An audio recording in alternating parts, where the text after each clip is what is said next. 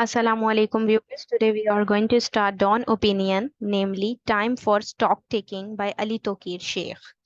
Time for stock taking में economically आपको बताया जा रहा है और जो पाकिस्तान जो क्लाइमेट क्राइसिस चल रहे हैं और उसके जो specially in the context of Pakistan क्या उसके असरात हो रहे हैं, ठीक है, उस हवाले से इसको लिखा गया है और क्लाइमेट चेंज के हवाले से it is really very important. So let's start.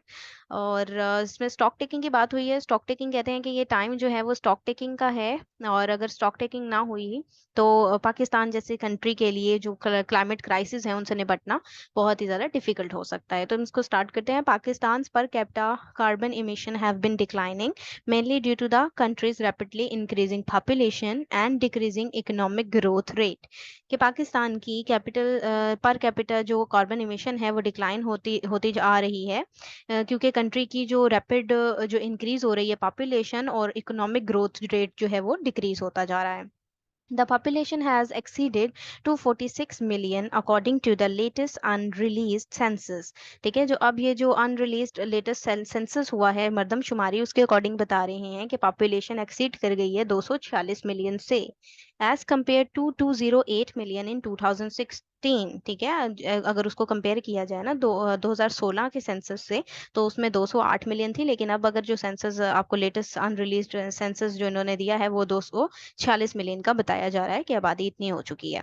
When the first nationally determined contribution were submitted, जब पहली जो एनडीसी थी उसने सबमिट किया था तो 2016 में 208 मिलियन आबादी बताई गई थी. Likewise, the long-term growth of real GDP per capita has averaged at only 2.2% during 2000 to 2022. ठीक है, अब यहाँ पे बता रहे हैं कि अगर जो लॉन्ग टर्म ग्रोथ हम देखें तो रियल जो जीडीपी पर कैपिटा रही है ना कंट्री की तो वो एवरेज 2.2% पर ही रुकी रही है 2000 से 2022 के दौरान as compared to the 7% projected in the first NDC curbing. Curbing होता है रोकना, curbing the emission growth rate. ठीक है, और जैसे अगर उसे कंपेयर किया जाए तो 7% जो प्रोजेक्टेड है जो फर्स्ट एनडीसी जो कर्बिंग जो रोक रही थी पॉपुलेशन के हवाले से थी, ठीक है, तो उसमें भी ग्रोथ रेट इतनी थी. उससे कंपेयर करके आपको बताया जा रहा है कि इसकी भी 2.2 पर ही रुकी हुई है. ठीक है, एवरेज रही है. It will take several physical years to reach the projected economic growth rate. ठीक है, इसको बहुत से फिजिकल ईयर्स लगे हैं इस प्रोजेक्टेड इकोनॉमिक ग्रोथ रेट पर पहुंचने के लिए. Does the global stock take of the Paris agreement offer Pakistan any opportunities to address its depressed economic growth, shrinking physical space and crippling poverty vulnerability nexus. ठीक है, अब ये वो पूछ रहे हैं क्वेश्चन यहाँ पर राइटर कर रहे हैं कि ग्लोबल स्टॉक टेक जो है उसने और ये पेरिस एग्रीमेंट ने पाकिस्तान को क्या ये अपॉर्चुनिटीज ऑफर की हैं कि वो एड्रेस कर सके निमट सके अपनी डिप्रेस इकोनॉमिक ग्रोथ से, श्रिंकिंग फिजिकल स्पेस से, पॉवर्टी से और वल्नरेबिलिटी से. GST is a fundamental component of the Paris agreement. इसलिए वो यहाँ पर कह रहे हैं कि जो जीएसटी है ना वो एक बहुत ही फंडामेंटल इम्पोर्टेंट कंपोनेंट है पेरिस एग्रीमेंट का. It is a 2 year process to check the global implementation status of the agreement. और ये क्या है, ये 2 साल का एक प्रोसेस है जो कि चेक करता है कि ग्लोबल इम्प्लीमेंटेशन हो रही है उसका उस एग्रीमेंट के according. It aims to assess the world's collective progress. इसका क्या एम होता है कि दुनिया की कलेक्टिव प्रोग्रेस हो towards meeting the 1.5 degree Celsius to 2 degree centigrade target. तो इसका टारगेट क्या है, 1.5 डिग्री सेल्सियस से जो है 2 डिग्री सेंटीग्रेड इसका टारगेट है. ठीक है, कि कलेक्टिवली तमाम दुनिया इस पर आ जाए. ठीक है, और क्लाइमेट क्राइसिस से निपटे. GST occurs every 5 years. GST जो है वो हर 5 साल में अकर की होती है. ठीक है, the first cycle started at the Glasgow climate summit in October 2021. इसका जो पहला साइकिल स्टार्ट हुआ था वो ग्लासगो में हुआ था 2021 अक्टूबर में इसकी समिट हुई थी. ठीक है, it will come to a close at COP 28 in Dubai in November this year. और ये करीब ही है किसके, कोप 28 जो दुबई में होनी है इस साल नवंबर में. Its outcomes are expected to list critical barriers and opportunities for action on adaptation, migration, mitigation, finance, loss and damage and response measures. ठीक है, और इसके आउटकम्स क्या एक्सपेक्ट किए जा रहे हैं कि क्रिटिकल बैरियर्स होंगे, ठीक है, हटेंगे. उसके बाद जो है वो अपॉर्चुनिटीज होंगी, मिटिगेशन होगी, अडॉप्टेशन होंगी, फाइनेंस प्रोवाइड किया जाएगा, लॉस एंड डैमेज के लिए ज़्यादा से ज़्यादा फंड दिया जाएगा और मुख्तलिफ किस्म के रिस्पॉन्स जो मेजर्स हैं वो उठाए जाएंगे. किसके किससे लड़ने के लिए, क्लाइमेट जो क्राइसिस हैं उनसे लड़ने के लिए. No surprises are expected from the GST process. GST process में कोई सरप्राइजेज जो हैं वो एक्सपेक्टेड नहीं है। One global report after the other has highlighted how poorly the leading polluters, the US, China, India, and EU, have failed to accelerate their transition to net zero emissions. अब वो बता रहे हैं कि हर एक से दूसरी रिपोर्ट जो है वो यही जो है वो हाईलाइट कर रही है कि जो पुअरली लीडिंग पोल्यूटर्स हैं, जो ज़्यादा से ज़्यादा पोल्यूट कर रहे हैं हमारे इंटरनेशनल एरेना को, जैसे कि यूएस, चाइना, इंडिया, ईयू की बात की जा रही है, तो वो फेल रहे हैं कि वो अपनी तब्दीली लेकर आएं और तब्दील करके अपने इमिशन को नेट ज़ीरो पर लाएं। वो नेट ज़ीरो पर लाने से इमिशन को नाकामयाब रहे हैं, ठीक है, इस चीज़ में, डिस्पाइट टेकिंग इम्प्रेसिव स्ट्राइड्स। और इसके बजाय कि वो मजीद अच्छी बेहतर कोशिशें करते, उन्होंने वो बेहतर कोशिशें उस तरीके से उनकी नहीं हो पाई हैं, ये फेल रहे हैं। The last synthesis report by the UNFCCC Secretariat in October 2022 that was based on the 165 NDCs that were submitted। ठीक है, अब ये बता रहे हैं कि जो सिंथेसिस था ना रिपोर्ट का, जब सिंथेसिस होता है बेसिकली जो थीसिस किए जाते हैं, फिर उसका एंटी थीसिस होता है, उसको क्रिटिकली देखा जाता है और उन दोनों को मिलाकर जो बनाया जाता है वो सिंथेसिस होता है। तो वो सिंथेसिस की जो रिपोर्ट उन्होंने बताई है कि हुई थी, ठीक है, जो कि अक्टूबर 2022 में दी गई, ठीक है, और वो बेस किस पर थी, 165 उसमें एनडीसीज थे जो कि सबमिटेड करवाए गए थे। शोड दैट, उसमें क्या शो था, the overall reduction in global emission, के ओवरऑल जो है पूरी दुनिया की ग्लोबल जो है ग्लोबली इमिशन जो है उसको रिड्यूस किया जाएगा, विल बी बेयरली 3%, जो कि बेयरली जो है वो 3% होगी। एंड दैट टू, और वो भी, if all NDCs are fully implemented, और तमाम के तमाम जो एनडीसीज हैं वो फुली इम्प्लीमेंट भी होंगे।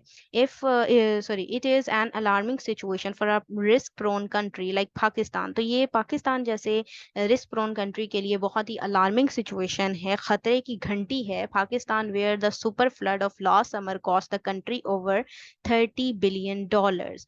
उस पाकिस्तान जैसे कंट्री के लिए जिसके जो है लास्ट समर जो है, जिसकी कंट्री को $30 बिलियन का खुमियाजा जो है वो सैलाब की वजह से भुगतना पड़ा है, putting an already struggling economy on life support, और उसकी उस कंट्री का जिसकी इकोनॉमी जो है वो अभी भी स्ट्रगल कर रही है वो अपनी लाइफ को सपोर्ट करने के लिए। Despite policies to combat climate change, Pakistan's emissions have been increasing। इसकी बजाय कि क्लाइमेट चेंज से लड़ने के लिए पॉलिसीज तरतीब की जाएं, दी जाएं, मुरतब की जाएं, पाकिस्तान की जो इमिशन है वो बढ़ती ही चली आ रही है। The Paris Agreement has failed to move faster। Paris agreement भी इसको फर्दर अगर मूव करने से जो है वो फेल रहा है उसमें। And not only because the world was distracted, ना सिर्फ इसलिए क्योंकि वर्ल्ड जो है वो डिस्ट्रैक्टेड है by such global challenges as कोविड-19, क्योंकि डिस्ट्रैक्टेड हो गई थी दुनिया, ना सिर्फ इसलिए कि उसमें कोविड-19 जैसे चैलेंजेस थे, हाइक हुआ, प्राइस हाइक हुआ, फ्यूल में कमोडिटी प्राइसेस हुई, एंड द यूक्रेन वॉर, और यूक्रेन वॉर की वजह से, ठीक है, many G77 countries like Pakistan वर overwhelmed bye climate trigger disasters. बहुत से G77 कंट्रीज जिनमें पाकिस्तान जैसे ओवरवेल्म कर गए थे इन डिजास्टर से, ठीक है, they were unable to initiate domestic structural reforms for climate transformation. लेकिन वो अनएबल हैं कि वो शुरू करें, इनिशिएट करें कोई डोमेस्टिक स्ट्रक्चरल रिफॉर्म्स, किसके लिए, क्लाइमेट ट्रांसफॉर्मेशन के लिए, कि इन क्लाइमेट से क्राइसिस से लड़ने के लिए जो है वो कुछ करें, or to keep pace with the evolving international climate finance landscape that has become overly unpredictable and competitive। और ना ही वो है कि उनके पास इंटरनेशनल क्लाइमेट फाइनेंस उस तरीके से मौजूद है कि वो जो है उस हवाले से अगर देखा जाए तो वो बिल्कुल ही competitive और अनप्रिडिक्टेबल है। टू मेक थिंग्स वर्स, उसकी वजह से क्या हो रही हैं, चीजें बदतर होती जा रही हैं। The west has allowed the climate agenda to be driven by market forces. अब वेस्ट ने ये अलाउ कर रखा है कि क्लाइमेट एजेंडा जो है वो ड्रिवन किया जाए मार्केट फोर्सेस के जरिए, रादर देन कोलैप्सिंग इकोसिस्टम, इसके बजाय कि इकोसिस्टम जो है वो कोलैप्स हो रहा है, and the vulnerabilities of their inhabitants, और उनकी कमजोरियों में इजाफा होता जा रहा है इनहिबिटेंट्स की, रिहायशियों की। As if this were not enough, ये अगर ये सिर्फ एनफ नहीं था, the signatories to the Paris agreements, जो जिन्होंने साइन किया हुआ था ना पेरिस एग्रीमेंट्स को, इंक्लूडिंग जिनमें पाकिस्तान भी शामिल था, are expected to submit even more ambitious NDCs in 2025, जिसमें जो है वो एक्सपेक्ट किया जा रहा था कि ये एम्बिशियस है कि 2025 तक ये एनडीजीज के हवाले से जो है वो एम्बिशियस था, बेस्ड ऑन जीएसटी फाइंडिंग, ठीक है, लेकिन किस हवाले से, बेस किस पे थी उसकी एक्सपेक्टेशन जीएसटी फाइंडिंग्स के हवाले से, ठीक है। जब तक उसे स्टॉक टेकिंग नहीं होगी तो वो उन क्राइसिस को उस तरीके से नहीं जो है वो टैकल कर सकता। Since the ground realities have changed, ठीक है, उसके बाद जो है वो ग्राउंड रियलिटीज चेंज होती हैं, Pakistan needs to consider undertaking upward and downward revision of several commitments made in its initial and updated NDCs submitted in 2016 and 2021। अब ये यहाँ पे बता रहे हैं कि 2016 और 2021 में पाकिस्तान कभी ऊपर की तरफ और कभी नीचे की तरफ उसमें डामाडोल जो है वो एक सिचुएशन से गुजरता है इन कमिटमेंट्स की वजह से, ठीक है, जो कि अपडेट की गई थी एनडीसीज ने जो सबमिट की थी 2016 और 21 में।